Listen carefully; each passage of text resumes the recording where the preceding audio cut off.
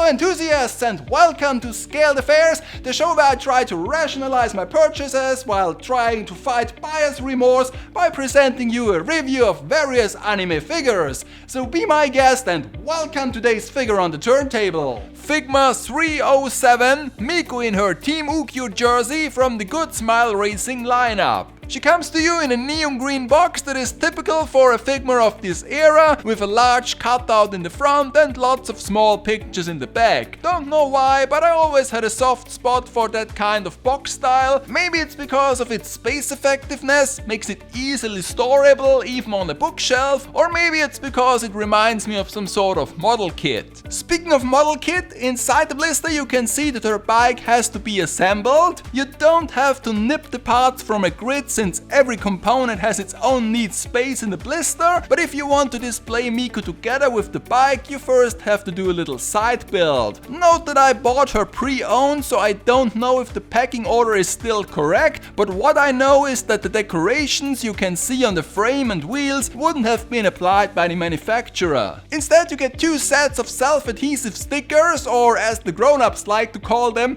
decals, and if you want the full sponsored experience you have to place them by yourself. A total of 18 pieces makes your first bike assembly a time-consuming task. Also, a word of advice. In my opinion, the clear outer part of each sticker is a bit too large for the surface it has to cover, so for an optimal result, you need to trim them first. Personally, I didn't mind the more model kit experience, but since most Figmas are out-of-the-box toys, it's interesting to see how much work they outsource to the consumer with this one. Anyhow, before we move on, here are some of the key specs as well as all the extra parts she comes with.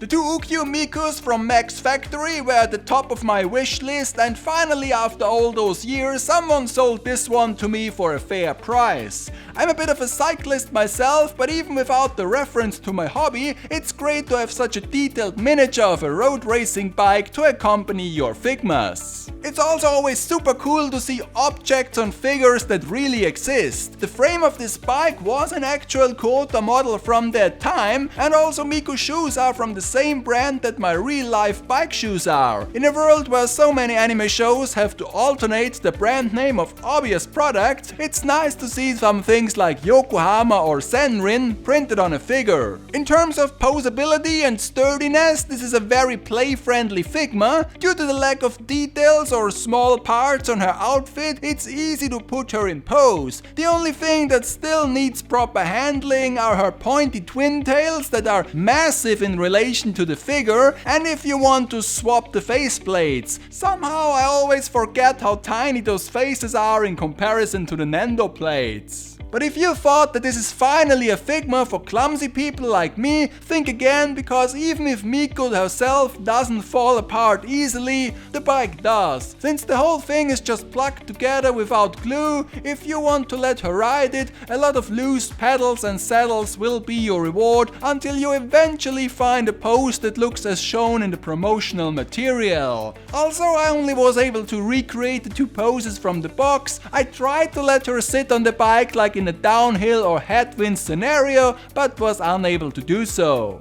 As for her facial expressions, beside her standard smile, she only comes with an alternative face that might depict some sort of an exhale. First I thought I will also be able to use the sporty faces of my Snow Miku from 2016, but to my surprise they don't have the same mold on the backside and are therefore not interchangeable, even if they are from similar points in time. The best thing I was able to do was to use the whole head, but this of course looks rather silly. In addition to the bike and a few extra hands, you only get one extra item in the form of a water bottle. An important piece for a cyclist, no doubt, but it would have been nice if they also included a way to mount the bottle to the bike so that it's not doomed to rot away inside the box while the figure is on display. All in all, this is still a Figma and also racing Miku that stands out from her more motorsport themed cousins. If you can overlook the cumbersome build and aren't afraid of applying the stickers, it's a cool looking assembly and also maybe a nice gift for a person who is into cycling but not necessarily into anime or figures. Next time, another huge scale figure from League of Legends. Until then,